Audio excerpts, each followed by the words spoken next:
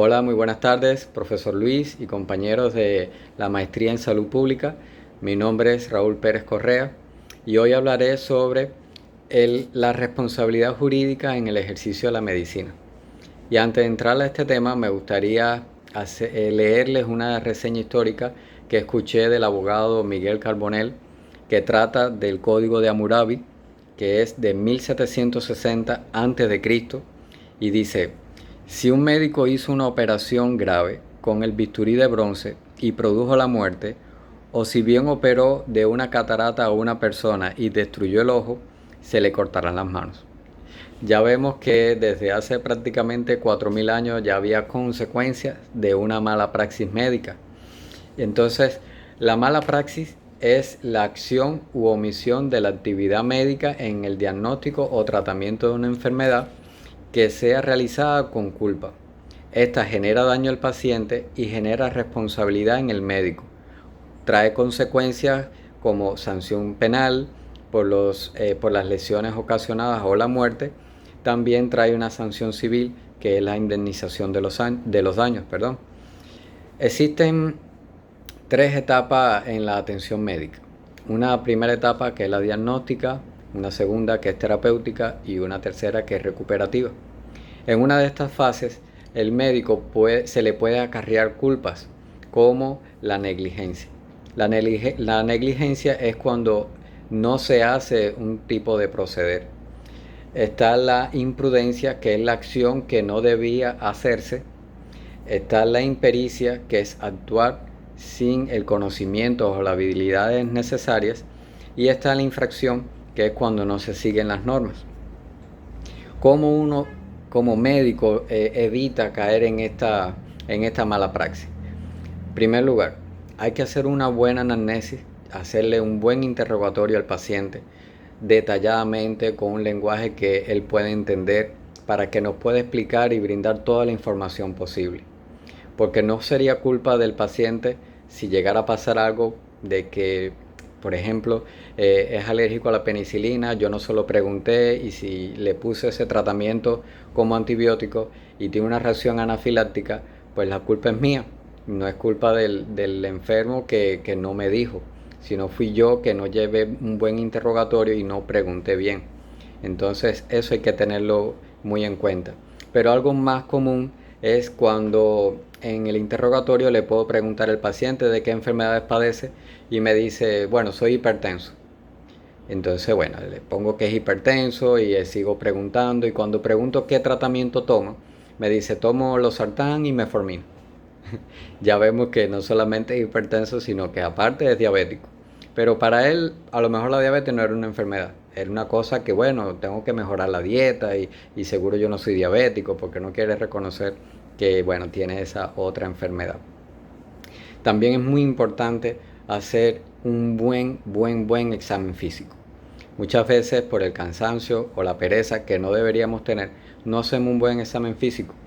En el caso de que, por ejemplo, un paciente vaya a ser operado y nosotros le hacemos un examen físico y ponemos que, por ejemplo, en el examen cardiovascular no tiene soplo, cuando realmente el anestesiólogo, después haciéndole el preoperatorio, se da cuenta que el paciente tiene un soplo, y grande, y fue porque yo no hice un buen examen físico.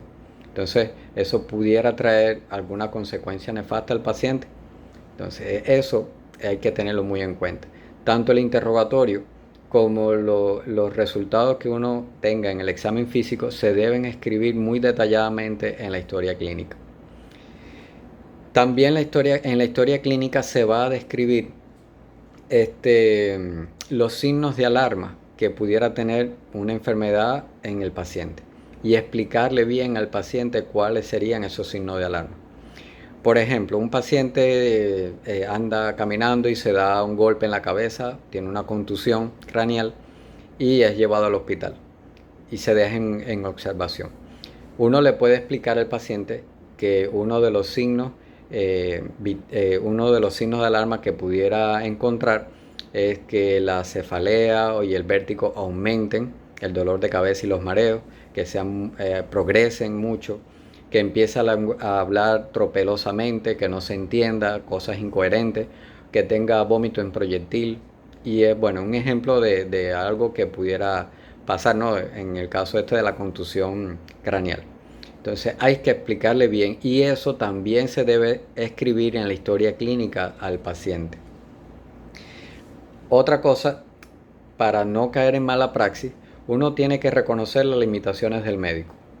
No todos somos especialistas en alguna área de la medicina y en lo que no somos fuertes, por ejemplo en neurología, bueno, entonces lo que podemos hacer es referir al paciente.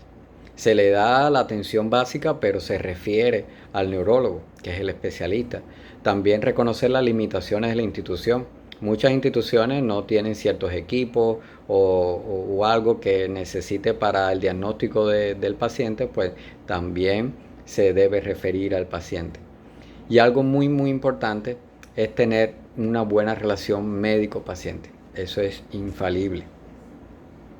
Todo procedimiento médico, desde lo más sencillo hasta lo más complejo, comporta algún grado de riesgo que es ajeno a la evitabilidad humana. Bueno, lamentablemente, a pesar de que el médico tenga un buen conocimiento, tenga muy buenas habilidades, siempre, bueno, no siempre, pero puede que en algún momento haya algo que se te escape de la mano. Pues no somos perfectos, pero tenemos que hacer un buen trabajo. Y aún así, bueno, hay algo que algunas veces pudiera salir mal. Por eso se le debe explicar bien al paciente y al familiar, en caso de que el paciente no esté consciente, de las consecuencias, por ejemplo, de la operación y del resultado y del tratamiento. Hay que explicarle bien todo al paciente. Y entonces, algo que nos respalda a nosotros como médicos, y es muy importante también, exageradamente importante, creo que muchos pasamos por alto, es el consentimiento informado. El consentimiento informado es tan importante y tan vital que nos protege realmente de muchas cosas. Debe tener el consentimiento informado una explicación completa de los riesgos que supone cierta intervención médica. Bueno, hablando quizás algo quirúrgico, por ejemplo, requiere que el médico le indique al paciente cuáles son las opciones de la operación, desde no hacer nada o cuando ya sí se va a operar, desde las opciones más sencillas hasta algo más complejo. Hay que explicarle al paciente las consecuencias esperables, como también hay que explicarle lo que sería la peor consecuencia. Eso hay que explicárselo bien al paciente, uno por uno, individualmente. No debe ser de forma grupal. Por ejemplo, hay jornadas que se hacen de esterilización a las mujeres. Y tienen 30 mujeres en una sala y se levanta alguien y dice, bueno, atiendan todos para acá, van a ser operadas y ustedes saben que esto tiene un riesgo y empieza a explicar el consentimiento informado de una forma grupal. Y eso está mal. Cada persona es un mundo.